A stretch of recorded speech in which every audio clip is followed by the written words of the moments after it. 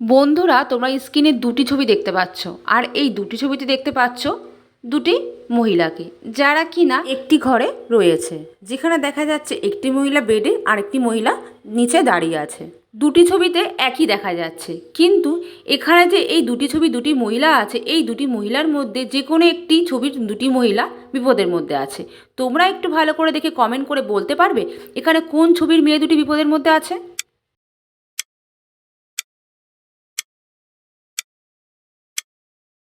তাহলে বন্ধুরা, তোমরা নিশ্চয়ই এতক্ষণে বুঝতে পেরে গেছো।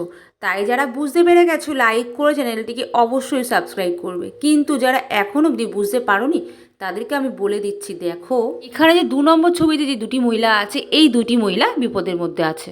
আমি তোমাদেরকে বলে দিলাম এখানে কোন দুটি মহিলা বিপদের মধ্যে আছে, কিন্তু তোমাদের কারণটা খুঁজে আমাকে বলতে হবে যে এখানে কেন বিপদের মধ্যে আছে তারা। তাই যারা বলতে পারবে তারা অনেক বুদ্ধিমান।